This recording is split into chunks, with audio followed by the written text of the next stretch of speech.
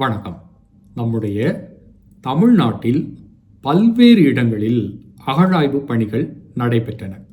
அதிலும் குறிப்பாக கொடுமணல், ஆதிச்சநல்லூர், கீழடி, சிவகளை போன்ற பகுதிகள்லாம் இன்றியமையாத பகுதிகளாகும். இந்த பகுதிகளிலிருந்து அவர்களுக்கு நிறைய பொருள்கள் கிடைக்கப்பெற்றன. அதிலும் குறிப்பாக எழுத்துக்கள் பொறிக்கப்பட்ட மண் பானை ஓடுகள் மிகுதியாக கிடைக்கப்பெற்றன. அதிலும் இந்த கீழடியில் கிடைக்கப்பெற்ற அந்த மண் பானை ஓடுகளை அவர்கள் ஆய்வுக்கு உட்படுத்திய போது 2600 ஆண்டுகளுக்கும் முற்பட்டவை என்று ஆய்வு முடிவுகள் கூறுகின்றன. இதில் நீங்கள் ஒன்றை கவனித்து பார்த்தீர்கள் அப்படின்னா, இந்த மண் பானை ஓடுகளில் ஒரு பெயர் ஆதன் என்கின்ற பெயர் கீழடியிலும் கிடைக்கப்பெற்றிருக்கிறது. அதற்கு முன்னதாக கொடுமணல், ஆதிச்சநல்லூர் போன்ற பகுதிகளிலும் அகழாய்வின் போது கிடைக்கப்பட்டிருக்கிறது. ஆதன் என்கின்ற பெயர் பெரும்பாலான அகழாய்வு இடங்களில் நமக்கு கிடைக்கப்பெற்ற ஒரு பெயர். பொதுவாக நீங்கள் இந்தியாவை எடுத்துக்கொண்டீங்க அப்படின்னா, சில அறிஞர்களுடைய கூற்றுப்படி எழுத்து தோற்றம் அல்லது எழுத்துக்கள் பரவலாக்கம் என்பது அசோகருடைய காலத்தில் தான் தொடங்கியது என்று கூறுவார்கள். நம்முடைய இந்தியாவை பொறுத்தமட்டில் அசோகருடைய காலம் என்ன என்று பார்த்தால், ஒரு இன்றிலிருந்து 2200 ஆண்டுகளுக்கு முன்பு அசோகர் வாழ்ந்தார். அவர் ஒரு பேரரசை நிறுவியிருந்தார். அவருடைய ஆட்சியின் கீழ் அன்றைய தமிழகம், அதாவது இன்றைய தமிழ்நாடும் இன்றைய கேரளாவும் ஒன்றிணைந்த பகுதியை அன்று தமிழகம் என்ற பெயரால் அழைத்தனர். அதை தமிழ் மூவேந்தர்களான சேர, சோழ, பாண்டியர் என்ற மூவேந்தர்களும் ஆட்சி செலுத்தினர். அவருடைய ஆட்சியின் கீழ் அன்றைய தமிழகம் உட்படவில்லை. அவருடைய அரசு ஆணைகள் பெரும்பாலும் கல்வெட்டுகளில் பொறிக்கப்பட்டன. அவருடைய கல்வெட்டுகள் 19ஆம் நூற்றாண்டில் மிகுதியாக கண்டறியப்பட்டு படிக்கப்பட்டன. அதில் இருக்கக்கூடிய எழுத்துக்களை அவர்கள் பிராமி என்ற பெயரால் அழைத்தனர். இதெல்லாம் ஒரு பக்கம். அதே போன்று நம்முடைய தமிழ்நாட்டிலையும் பழமையான கல்வெட்டுகள் இருக்கின்றன. ஆனால் மிகுதியாக இல்லை என்றாலும் கல்வெட்டுகள் இருக்கின்றன. அது மட்டுமல்லாமல் பானை ஓடுகளில் மிகுதியான எழுத்துக்கள் நமக்கு கிடைக்கப்பட்டிருக்கின்றன. இதில் குறிப்பாக நம்ம தமிழுக்கே உரித்தான ர, ழ போன்ற எழுத்துக்களும் கிடைக்கப்பட்டிருக்கின்றன. அதனால் அறிஞர்கள் ஒரு முடிவுக்கு வந்தார்கள். இதை தமிழ் பிராமி என்று அழைக்க தொடங்கினர். இன்று அதை தமிழி என்ற பெயராலும் நாம் அழைக்கின்றோம். அவ்வளவு பெரிய பேரரசை நிறுவியிருந்த அசோகர் காலத்தில் எத்தனை இலக்கியங்கள் படைக்கப்பட்டிருக்கு அப்படின்னா அது ஒரு கேள்விக்குறி. புத்த மத நூல்கள் தோன்றி இருக்கலாம். ஆனால் பெருங்காப்பியங்கள் அப்படின்னு வரும்போது தமிழில்தான் மணிமேகலை என்கின்ற ஒரு பெரிய காப்பியம், புத்த மத காப்பியமே நம்மிடம்தான் இருக்கிறது. அது மட்டுமல்ல, சமண மத காப்பியமும் தமிழில்தான் இருக்கிறது. இன்று அது நமக்கு கிடைக்கக்கூடியதாகவும் இருக்கின்றது. இது ஒரு கூடுதலான ஒரு செய்தி. இன்னொரு கூடுதலான செய்தி என்ன அப்படின்னா, பழங்காலத்தில் தமிழர்களிடம் ஒரு மரபு உண்டாயிருந்தது. அதாவது நடுகல் வழிபாடு என்கின்ற ஒரு மரபு.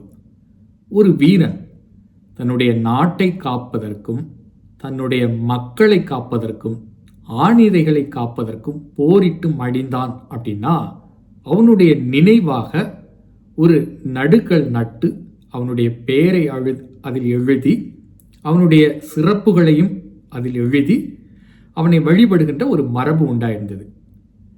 அதில் பொறிக்கப்பட்டிருக்கக்கூடிய எழுத்து எப்படி இருக்கு அப்படின்னா, ஒரு இளைஞனுடைய குறுந்தாடி போன்று அழகில்லாமல் இருந்தது அப்படின்னு அகநானூறு கூறுகிறது. அதில் பொறிக்கப்பட்ட எழுத்தை குயில் எழுத்து என்றும் அதே அகநானூற்று பாடல் கூறுகின்றது. என்ன அப்படின்னா, முதிர் நடுகல் பெயர் பயம் படர தோன்று குயில் எழுத்து இயைவுடன் நோக்கல் செல்லாது.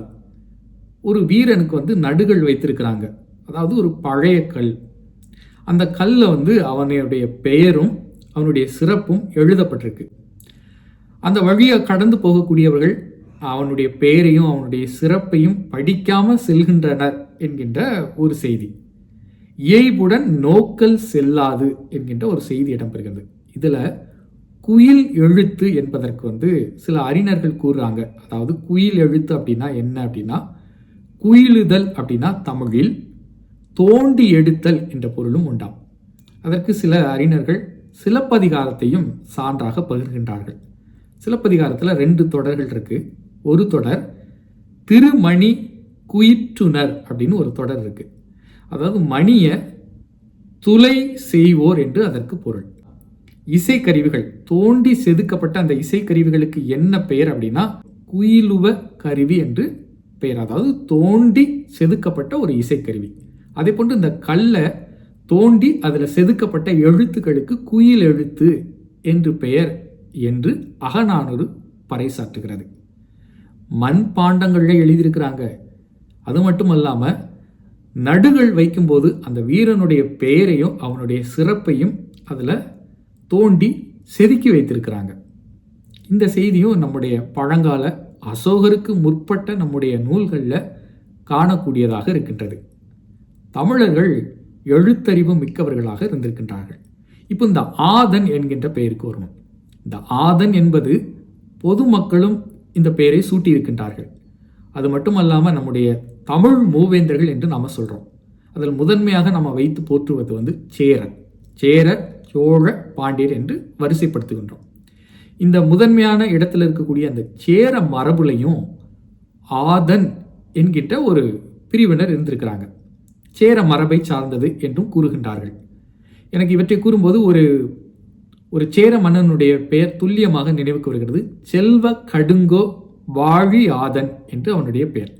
அந்த பெயர்லேயே வாழி ஆதன் என்று வரும். இப்போ இந்த வாழிங்கிறத சொல்லும்போது எனக்கு வேறொரு நினைவும் வருகிறது.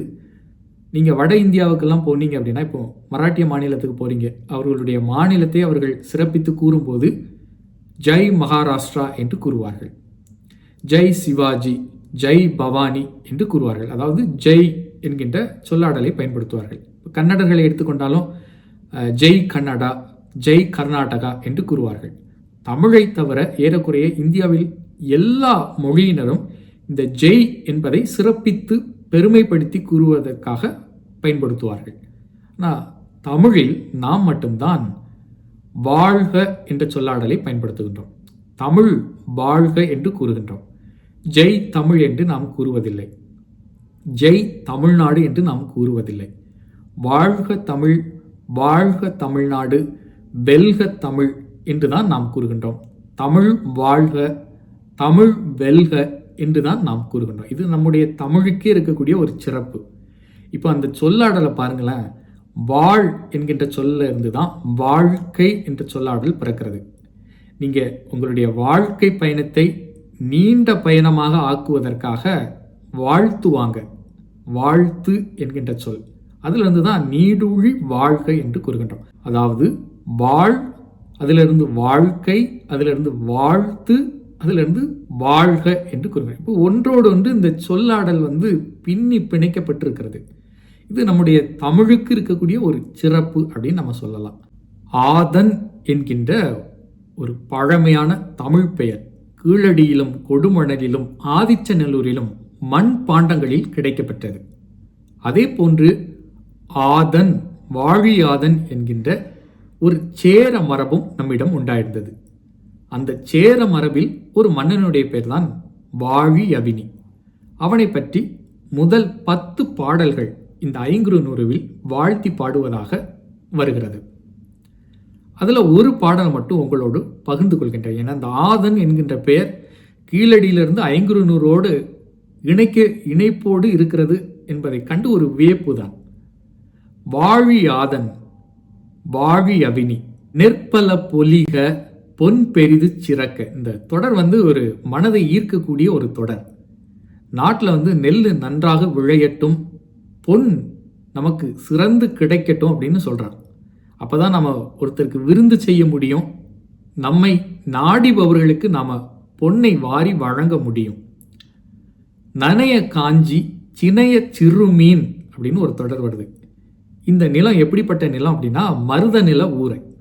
அந்த மருத நில ஊரில் வயல் வரப்புகளில் பாயக்கூடிய அந்த நீரில் சினைய சிறுமீன் அப்படின்னா, சினையனா பெருத்த சிறு முட்டைகளை உடைய சிறு மீன்கள் நிறைய பெருகி இருக்கிறதாம். அதனால் அவர்களுக்கு புது வருவாய் நிறைய கிடைக்கின்றன. அதனால் அந்த தலைவனும் வாழட்டும், அந்த மருத நில தலைவன் இவளுடைய தலைவனும் வாழட்டும்னு வாழ்த்துறா. யானன் ஊரன் வாழ்க பாணனும் வாழ்க அப்படின்னு ஒரு வாழ்த்தி பாடக்கூடிய ஒரு பாடல். ஆதனும் வருகின்றான் இந்த பாடல்ல அப்படிங்கும்போது மிக மகிழ்வை தருகின்றது.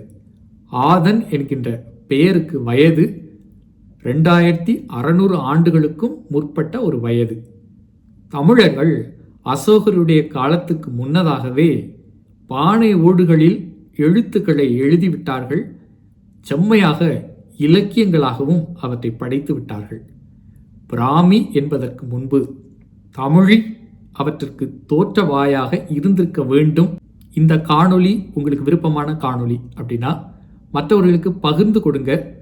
முதல் முறையாக என்னுடைய சேனலை பார்க்குறீங்க அப்படின்னா அப்படியே பிளேலிஸ்ட்டுக்கு போங்க.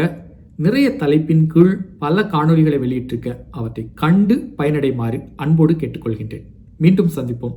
நன்றி.